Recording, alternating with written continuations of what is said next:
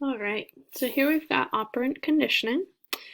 Operant conditioning can best be described as a system of rewards and punishments. And the way to kind of figure this out is by graphing it. So on the one side, you've got reinforcement. On the next, you've got punishment.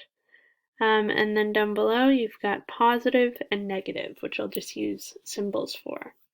So reinforcement is basically the likelihood that the behavior you are trying to condition will repeat.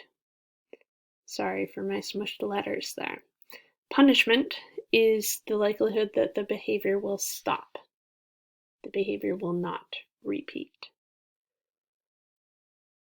Then down below, positive means you add something, and negative means you subtract or take away something. Now this can get confusing when you go into the details. So we've got from this positive reinforcement, so you add something to make the behavior repeat. You've got positive punishment, which is a weird sounding thing.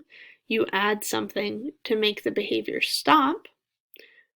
You've got negative reinforcement, so you're going to take something away to make the behavior repeat. And you've got negative punishment, which sounds redundant, but it means you take something away to make the behavior stop. So let's say that our example, our goal behavior, is to get Matthew, my brother, to clean his room. That's what we want.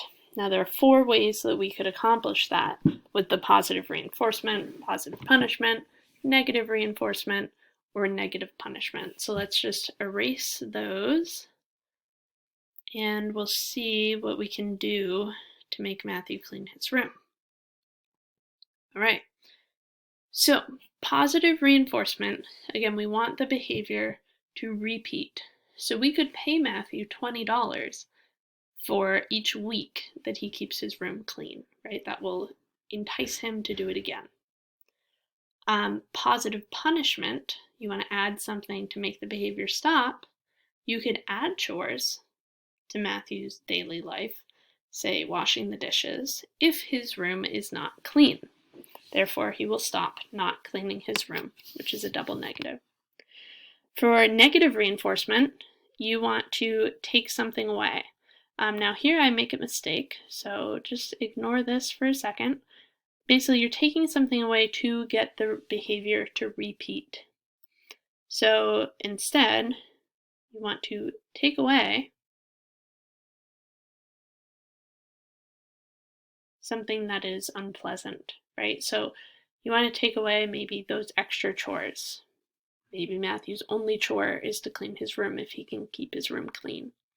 And then lastly, negative punishment, you want to take something away to make the behavior stop. So you might take away an 11 p.m. curfew and replace it with an 8 p.m. curfew if his room is not clean. So there you have it, 4 ways to go about making Matthew clean his room.